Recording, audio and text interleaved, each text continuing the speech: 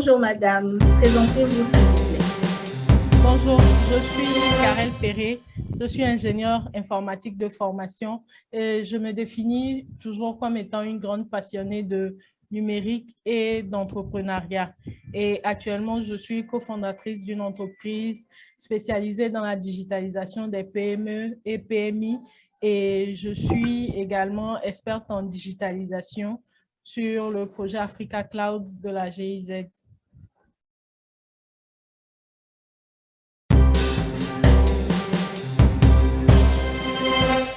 Vous faites partie de ces jeunes Africains qui s'inscrivent dans le domaine d'NTIC.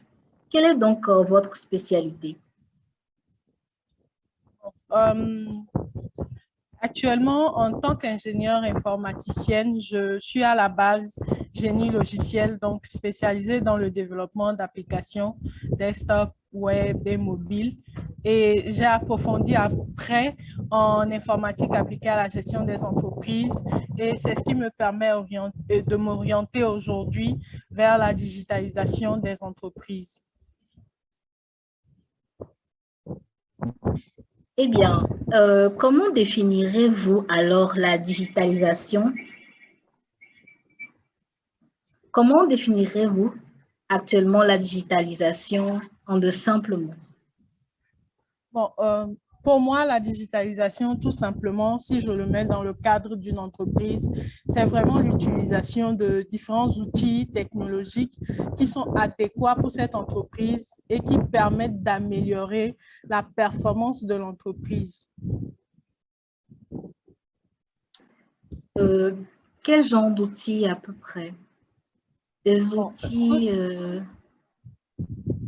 quand je parle d'outils technologiques, c'est autant les sites web, autant, c'est-à-dire autant tout ce qui implique d'avoir Internet et d'avoir des applications web, des sites web, qu'autant d'avoir des logiciels de gestion, d'avoir même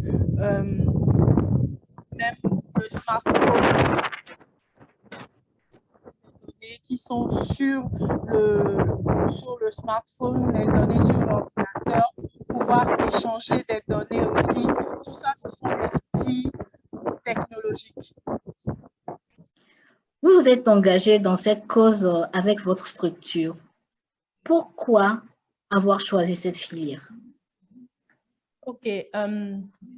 Pour répondre à cette question, je vais d'abord faire une petite illustration d'un contexte.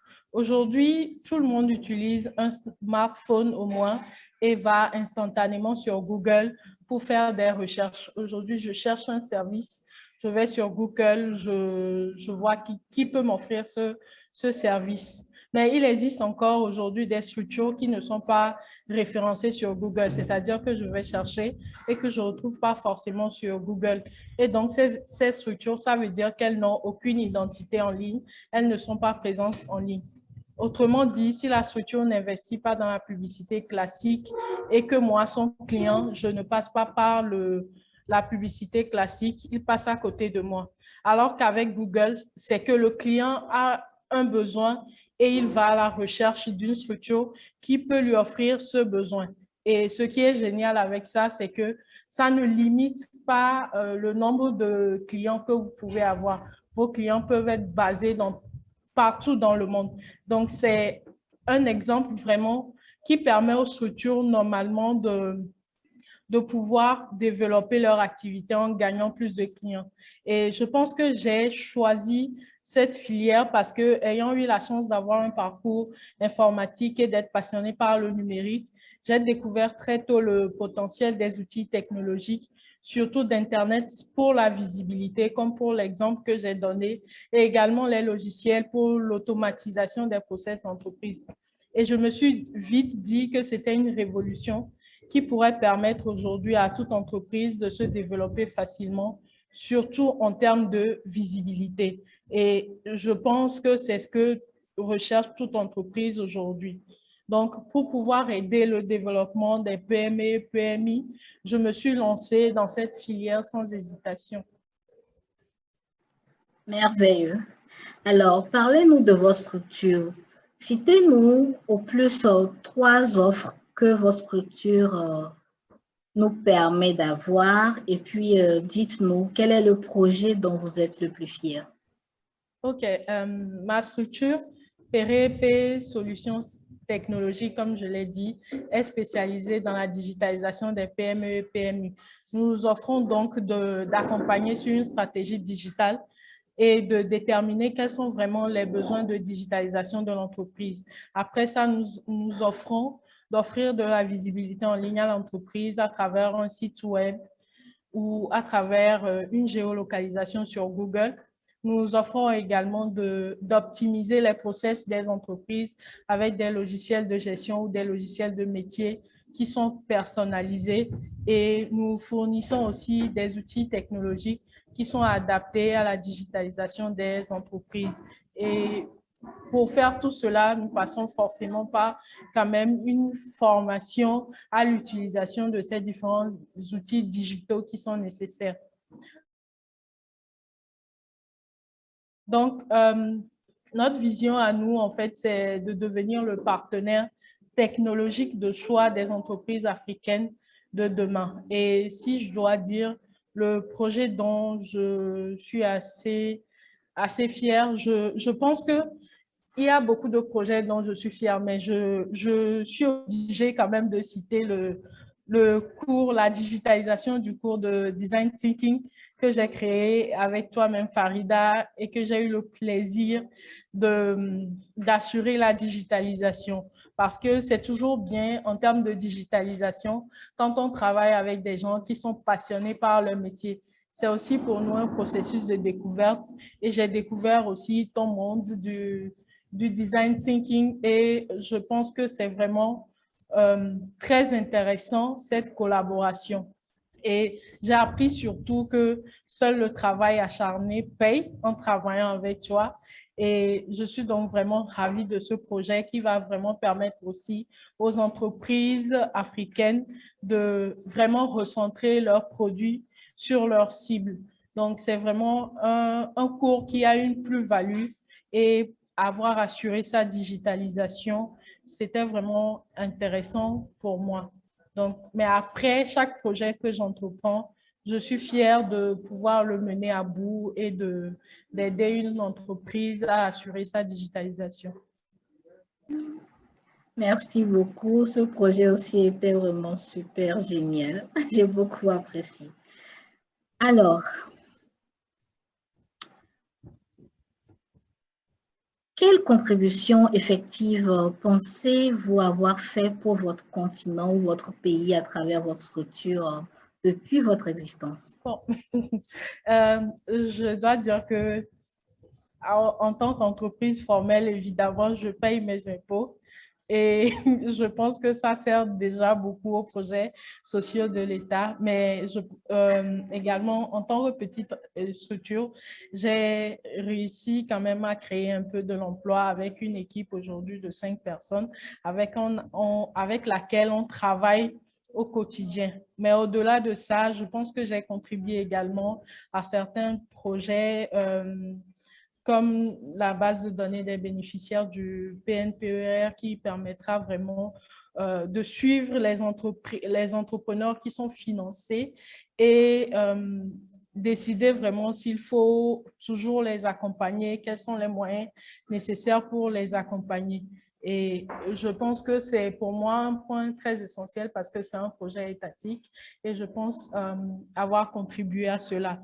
Mais au-delà de ça, chaque jour, à chaque projet que nous entreprenons avec les jeunes entrepreneurs, nous passons toujours par un processus de formation pour quand même démystifier ce qu'est le digital. Et ça permet aux jeunes entrepreneurs vraiment de découvrir les potentialités qu'ils ont avec le digital. Et je pense que c'est vraiment un plus, car le digital, c'est l'avenir en fait. Le digital, c'est vraiment l'avenir. L'insertion sur le marché de votre structure a-t-elle été facile? Bon, l'insertion, je vais dire que pour moi, ça a été, je dirais, assez facile au début, parce que mon entreprise, je l'avais déjà créée au Sénégal. Donc, je revenais déjà dans une logique de refaire pareil et je connaissais déjà à peu près les étapes pour pouvoir créer une entreprise. Donc, au niveau de la création de l'entreprise, je n'ai pas vraiment eu de soucis à vraiment le faire. Où il y aurait eu peut-être quelques problèmes, c'est vraiment au niveau de trouver les premiers clients au Togo. En 2018, quand je revenais au Togo, je pense qu'il y avait vraiment une différence au niveau de l'usage du digital au Sénégal qu'au Togo. Donc, ça a vraiment été un changement et il fallait faire ses preuves, montrer qu'on pouvait faire des choses avant de pouvoir avoir des clients qui vous fassent confiance. Donc, ça veut dire qu'il fallait passer par des processus vraiment de réduction des coûts des services que vous proposez pour que vous ayez vraiment des réalisations qui montrent aux futurs clients que vous êtes vraiment capable de faire quelque chose qui peut servir à son entreprise. Donc, l'insertion sur le marché a été assez difficile pour l'acquisition vraiment de clients. Alors,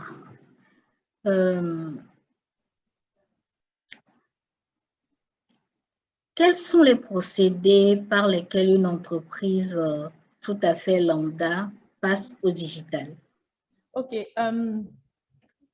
Je pense que pour passer au digital, c'est un procédé assez simple, mais que la plupart des entreprises ignorent. Le plus souvent, les gens passent directement à l'application d'une stratégie digitale.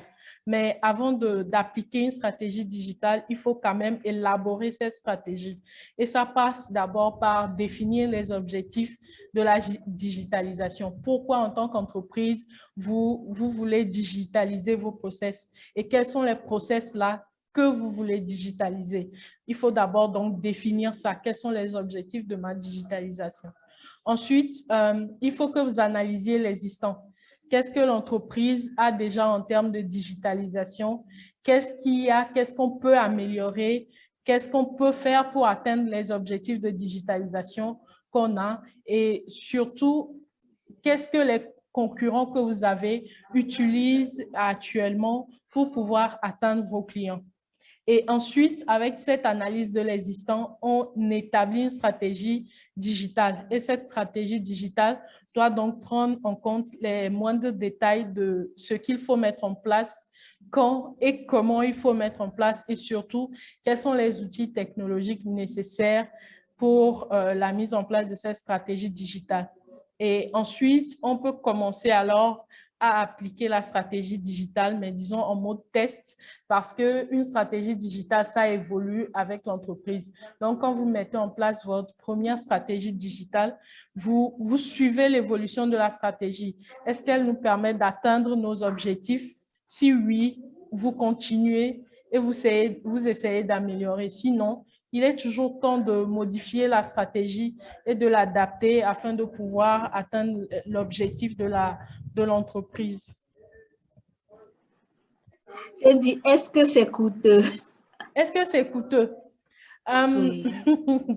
En fait, pour être simple, je pense que oui, je dirais que c'est coûteux dans le sens où il faut passer vraiment par un processus d'analyse de l'existant. Et ça, c'est vraiment une étude que les gens omettent souvent et dans lesquelles il faut vraiment mettre les moyens pour vraiment comprendre ce dont on a besoin. Maintenant, après, quand vous savez ce dont vous avez besoin, vous pouvez facilement trouver des outils gratuits pour la plupart qui vous aident à appliquer la stratégie digitale que vous avez. Donc, d'un côté, la digitalisation n'est pas coûteuse en soi, vu qu'on trouve des outils gratuits à la portée de tout le monde qui nous permettent de faire notre digitalisation. Maintenant, si on veut faire bien les choses et passer par vraiment une analyse de l'existant et concevoir une stratégie assez solide, il faut quand même mettre les moyens pour arriver à cela. D'accord. Oui ou non? la digitalisation s'adresse-t-elle ou est-elle possible à tout type d'entreprise ou de structure? Pour moi, oui. Je pense que la digitalisation s'adresse à tout type d'entreprise, de structure, toujours étant qu'il faut spécifier les besoins qu'on a. Et je donnerai juste l'exemple de la vendeuse d'Aïmolou qui a peut-être sa petite entreprise et qui, elle, n'a pas besoin de site Internet du tout. Mais aujourd'hui, on voit que la vendeuse d'Aïmolou peut être référencée sur l'application mobile Kaba Delivery où les gens peuvent juste commander leur plat d'Aïmolou et se faire livrer. C'est déjà un premier point de digitalisation pour ce genre d'entreprise qu'on penserait qui n'aurait pas vraiment besoin de digitalisation. Mais après, on peut aller plus loin encore et dire que cette vendeuse d'Aïmolou peut être géolocalisée sur Google pour que, comme moi, je cherche Aïmolou, que je puisse trouver le chemin jusqu'à arriver chez cette vendeuse d'Aïmolou et trouver mon bon plat d'Aïmolou. Donc, je pense qu'aujourd'hui, la digitalisation s'adresse à tout type d'entreprise, mais il faut savoir vraiment quel est le besoin et par quel canal je peux vraiment toucher ma cible. D'accord. On comprend de mieux en mieux. Que pensez-vous de l'impact économique de la digitalisation des entreprises en Afrique? Bon, je pense que sur le point de l'impact économique de la digitalisation, le COVID a aujourd'hui tout dévoilé en termes de digitalisation, a dévoilé vraiment l'impact positif de la digitalisation parce qu'on a vu qu'il fallait penser autrement l'économie, il fallait que l'économie tourne et la digitalisation s'est imposée comme le seul moyen capable de pouvoir faire avancer les choses. Et on voit donc son impact positif. Et aujourd'hui, on parle surtout de plus en plus d'économie numérique avec les paiements en ligne, des transferts d'argent mobile qui constituent une bonne part de l'économie actuelle. On observe partout la naissance des applications web, des développeurs web sur le continent. Selon vous, cela est dû à quoi?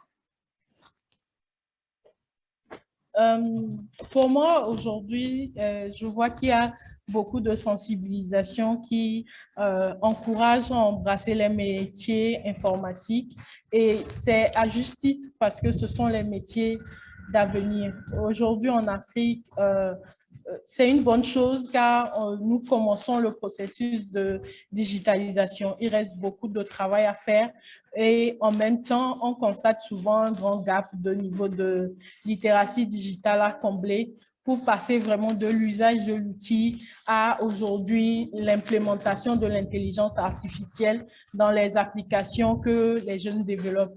Et vraiment ce gap, ce sont ces corps de métier qui peuvent nous aider à le remplir. Et du coup, je pense que c'est vraiment un plus d'avoir plus de développeurs web, plus d'applications web. Et surtout, je pense qu'on constate de plus en plus la naissance d'entreprises et ces entreprises ont vraiment besoin d'avoir un accompagnement technologique et il est vraiment important aussi d'avoir ces développeurs.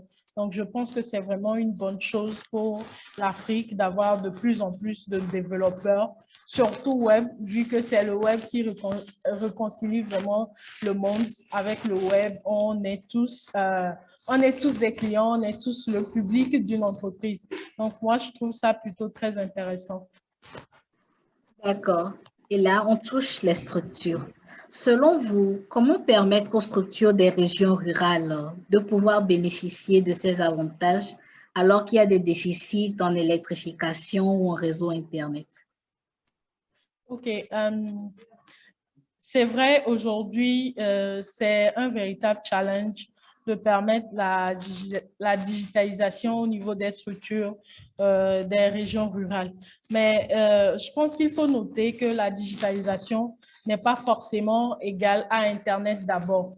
C'est surtout le développement d'applications, même web aujourd'hui, se fait grâce au réseau Ethernet, c'est-à-dire un réseau qui n'a pas besoin forcément d'Internet, mais un réseau qui est créé localement auquel tout le monde peut avoir accès. Toutefois, je pense qu'il faut aussi encourager les projets qui existent et qui offrent vraiment des perspectives, notamment des kits qui combinent vraiment les outils technologiques à l'utilisation de panneaux solaires, l'utilisation vraiment de réseaux locaux. Donc, il faut vraiment multiplier ce genre de projet. Et après, pour la digitalisation qui nécessite vraiment l'Internet, on peut aussi passer par des formats de relais en attendant l'implémentation des infrastructures nécessaires. C'est-à-dire qu'on peut se baser sur différentes technologies comme le blockchain qui permet vraiment permet de se baser sur un réseau local qui synchronise après les données avec un réseau Internet. Donc, il y a des possibilités, il y a des ouvertures qu'il faut vraiment multiplier aujourd'hui pour permettre vraiment à ces différentes structures en milieu rural de pouvoir aussi bénéficier des avantages de la digitalisation. Wow! Aujourd'hui, vous nous avez vraiment gavé de digital et nous sommes vraiment repus et contents. Alors, votre message pour les habitants de la planète? Moi, je pense que pour être juste simple, ce que je dirais, c'est que ce n'est que tous ensemble qu'on pourra y arriver. Même en termes de digitalisation, c'est l'entraide, c'est chacun y met du soi, chacun partage de ses connaissances et on pourra tous y arriver. Merci beaucoup, Madame Karel. Un surnom pour vous? Pardon? Miss Digital.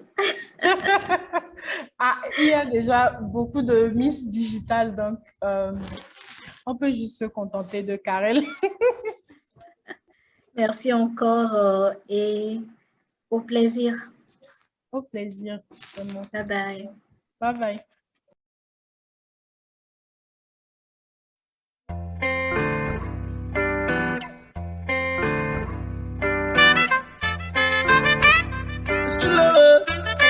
Let go.